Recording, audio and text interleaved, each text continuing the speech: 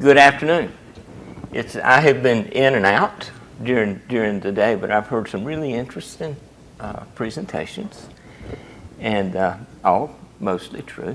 And this one will fit so in that same kind of category. Some of these are recollections to the best of my memory, so that might impact it some. But I walked in this morning and saw all the Kens around. So, and one of those is the real one, but I'm really not sure which one. I think he's got a wrinkled jacket on in the first one. But it's great to have this recognition. And when I've heard him say it before, but when Michael was asking people, other people that were just walking by would say, "I want to talk too. I want to talk too." So I'm honored to be a part of the group talking today. How I met this guy was at something called a 6 weeks materials course when it was being taught at ASU at Tempe. And what it was, I had just come 10 or 12 years in construction and was making a transition into materials. And so FHWA had this thing on, and I thought it would be a good idea, and the department supported me to go. And it was 6 weeks of intense materials-related issues. We would start on Monday morning, go to class for 4.5 days, and then take an exam on Friday afternoon. And for a guy who'd been out of school at that time, 15 years or so, taking an exam every week was kind of a thing. When 30 of us got there from all over the country, we were excited. We were happy to be there, in anticipation. Yeah, we got a thing. And there was joy in the neighborhood. And we were learning new things. The Strategic Highway Research Program had just been finished, so all this new stuff was coming. And after 5 weeks of that, this is kind of what the class looked like. And I won't mention any names to protect the innocent, but the 5th week was tough. It was, that's really the way most people looked, and it was almost a mutiny on Wednesday of that week. Some people were threatening just to go home, but we toughed it out. And then on week 6, this guy walks in the door. I didn't know who he was, but he walks in the door with that same smile. Both of our foreheads have shrunk a little bit, or gotten bigger since then. that time back then, I had more hair, and it was a different color. And that was in the early 1990s, probably, if I recall. And one of the good things about that 6 weeks course then was it had just been moved to Arizona State, and prior to that it had been in Purdue, in the wintertime in Purdue. So, did you do it there too? You was there.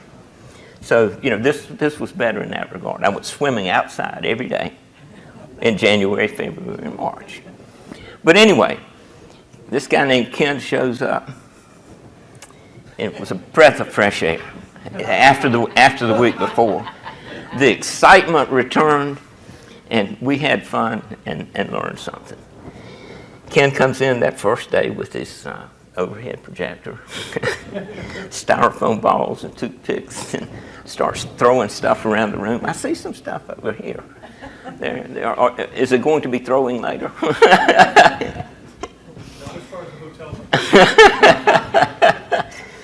That may be another one of those things that may or may not be true.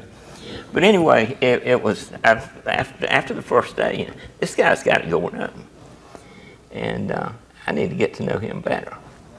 And through that week, we did all kinds of things. We were catching stuff that was thrown at us. We went and tested concrete. And Ken was sneaky because he was capturing all that data. And after how many years, how many data points did you have when you gave that presentation here about a bunch of engineers? Probably very few of them were actually certified, but were running tests. And then I remember at one ACI convention you presented that data about what a collection that ended up being. My ACI experience with this guy was Paul Zeal got me to convince me to come to my first convention. I mentioned yesterday that ASR was the issue there. And, we didn't think we had it, but I got there enough. So I went to a bunch of ASR stuff, but I went into this committee called 308. And Ken was the chair. And I ended up joining that committee and getting pretty active in it. And when I joined, we were pretty early in that document review. And there were debates and discussions and arguments and that kind of thing on just about everything in the document at the beginning. And I learned a lot of stuff. And I think that's been in my whole career with ACI, that's why I come, because I've learned so many things in that, and I wanted to be around icons in the industry. I didn't know he was one of them until after I got here. And whenever I came, I just always enjoyed being around some of those icons and hoping something would rub off on me. And maybe it has over the years. But that's how we met those two times. And back in those days, everybody wasn't carrying around a computer. And so in the middle of that document review, Ken was bringing around a box with how many copies of the draft document did you have in those boxes? It was just full of paper. And he would find us at the beginning of the week. And okay, this is what we're going to talk about.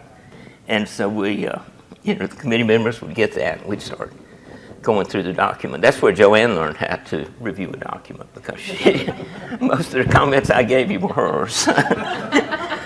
Editorial.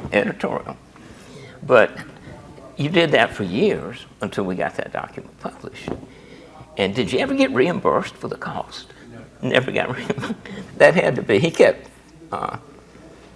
the printer in business in every city when the weeks we were there. But those were fun times. This is my only graph, Michael. And anybody that's ever talked to Ken, spent much time with Ken, knows about the mental nomograph. And I'm not going to explain it. If you want to talk, we'll talk later. Or Ken can give up and give a 20-minute presentation easily on the nomograph. Ken came to North Carolina a fair amount. I remember one time he came and talked to our field concrete technicians. And, they didn't like to go to meetings of any kind, usually. They'd rather be in the field. It was down east. I remember Goldsboro, I think. And you went there and started throwing things around. I think by then you you'd gotten rid of the overhead projector and we were doing things a little more sophisticated. But, the presentation remained the same. But, people learned something. Our folks learned a lot. You did a chapter seminar for us in Goldsboro. In Greensboro, actually, it was. And we contracted with you to do another day with our engineers and the bridge folks. And there was a guy there, one of our area bridge engineers, that hated going to meetings. And he came up to me afterward, and I was expecting him to complain like he normally did whenever we had anything. And this guy's got it going on. And he learned something. So you convinced, you showed several people in my state that they can expand their knowledge and have some fun at the same time. And when I'm around some of those folks now, they still remember those presentations. And you remember that guy that came? Yeah. So again, Ken spent some time there with us and with the chapter. going to change gears a little bit now. This is what everybody's waiting for. And I expect there'll be some conversations by some subsequent speakers about a couple of the Ken stories that I have. And that's good. That generates some discussion. Ken was the president for almost 2 years due to an unfortunate set of circumstances that happened with Dick. But during that time, there evidently were some people that didn't like it. There's this one not to be named ACI member, who, by the way, just walked in the room. He'd come to a convention. He was so happy. He had this high-tech coffee container that he had spent gosh knows how much that would keep coffee hot for 3 days. I don't know why you'd want to keep coffee hot for 3 days, because I usually drink mine after I pour it. But anyway, Calvin had this. He was proud of it. Whoops, did I say that out loud? And so it was full that morning of very hot coffee. And later in the day, he was showing off his coffee cup that didn't leak. Held it up in front of the president of ACI. And he jumps back and tries to get out of the way, but severe burns over half of his body, as I recall.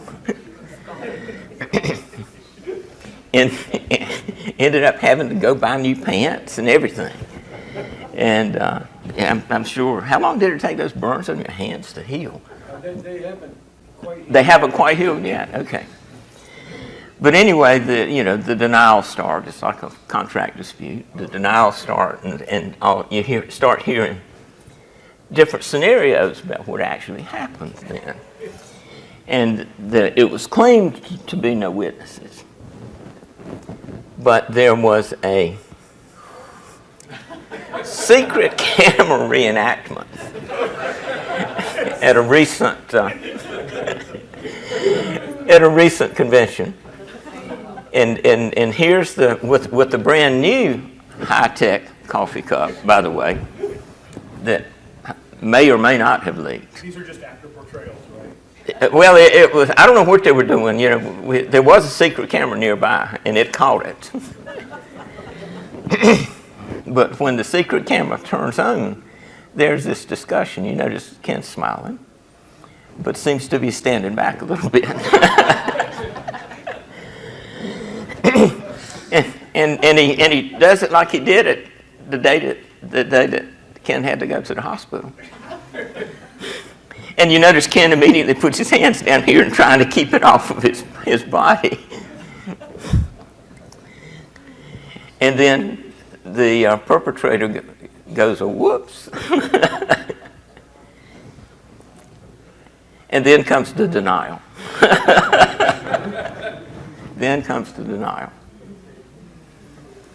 But, then there are tears of pain on Ken's face, just from the thought of the trauma of when a member tried to take him out.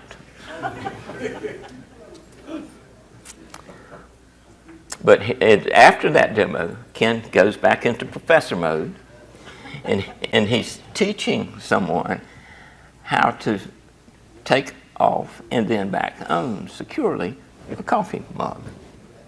So always the professor, willing to teach anybody anything, regardless of what had happened to him before. And as I said, you may hear more about this story with a different viewpoint later on. But that's my recollection of what happened. And there's another one that you'll probably hear some more about later on also. It was a little more covert adventure that happened to Ken. He was no longer president when that happened. But the suspects involved were nearly arrested. I warned you about that. I can't wait to hear the other side of the story on these. But it was kind of a clandestine thing, and it was accused evidence tampering, as I understand, was not quite like suspending from the ceiling in Mission Impossible. As I understand it, here are the facts. Maybe it was it was a corrosion issue. And there was some question about what caused what it was. Everybody, nobody likes corrosion coming on the concrete. And under cover of darkness, there were two men that decided they're going to check it out. And as I understand it, one got on the shoulders of the other. Now, I'm not sure which way that worked. Both of them are taller than me, but I don't know how that worked. And as I understand it, he got caught by the owner or by somebody that didn't want him there. And then the allegations began. What are you doing here? And there's some other things that I don't have enough information to even maybe say the facts, but some things went forward, and going to jail was a possibility, I understand. But as it turned out, they avoided conviction and kept their smiles and are here today. Again, we might hear more about that in the future. There's always another side. Every story. Calvin McCall told me one day. He said, realize when you walk on a job as a consultant, you will never know all the facts. And I found that to be true. And that could be true here, but I'm just repeating things that I've heard. So that would be hearsay in a court of law, I guess. But we were saved. Once again, Ken dodged a bullet. or at least jail time, and got there. When I think about, seriously, when I talk about Ken, I think about these things right here. I think about passion. I mean, his passion for his work and his passion for anything he's involved in, I think is just amazing. His enthusiasm goes along with that. And certainly the knowledge. I've learned so much from being around him. Still every day. He might regret it now, but we had a really long breakfast Saturday morning, and I learned a lot there. I learned one thing that surprised me, and I just talked about, but I did. And the ability, I think, to communicate with anyone at any level. I think back to my DOT days when I field techs, and you were able to communicate with them meaningful things in a manner that one, you had their attention, and two, you had a message, and they remember just like I have over the years. I remember one presentation you gave, I think it was here, and you had a picture of your daughter standing in a cornfield when she was smaller than the corn, I think. Well, you had it sequenced. Early in the season, and he was talking about curing and water, moisture, I guess we say the thing now, and made a wonderful comparison between the corn and his daughter over time with proper water management. And it was just amazing how you put things like that together. And I appreciate it, and I appreciate the friendship for both of you over the years, and the things that you have done for me and how you have supported me over those years. Really, really do. I think today is the day that we're here to honor this man, but we're here to laugh. Jim Valvano, if you don't know who he is, I'll have a long conversation with you about when he was a coach at NC State. And he talks about doing three things every day of your life that we should happen to. Number one is laugh. There's been a lot of laughter in this room today. And number two is think. If you think every day about something, not just I think I'll go to lunch, but if you think every day, that's a good thing about something. And that has happened in this room today also with things that have come up and memories and things that we've thought about. And then number 3, it should have your emotions move to tears. That happened in this room this morning, one time that I know of, and maybe some others when I wasn't here. And another thing Valvano said about that in his SB talk was, if you laugh and you think and you cry, that's a full day. That's a full day. It's a heck of a day. And if you do that 7 days a week, you're going to have something special. So, I'm not looking forward to crying, but, if you're, the point is, what does it take to make a good day? And I think that's one thing it does. And, I hope I see some tears tonight before the day's out. But thank you, Ken. Thank you for having me here to talk, to get this started. I can't wait to see what's coming up after this, after my comments. I expected somebody to run out, change the presentation a little bit, but I warned you. But thank you for having me here.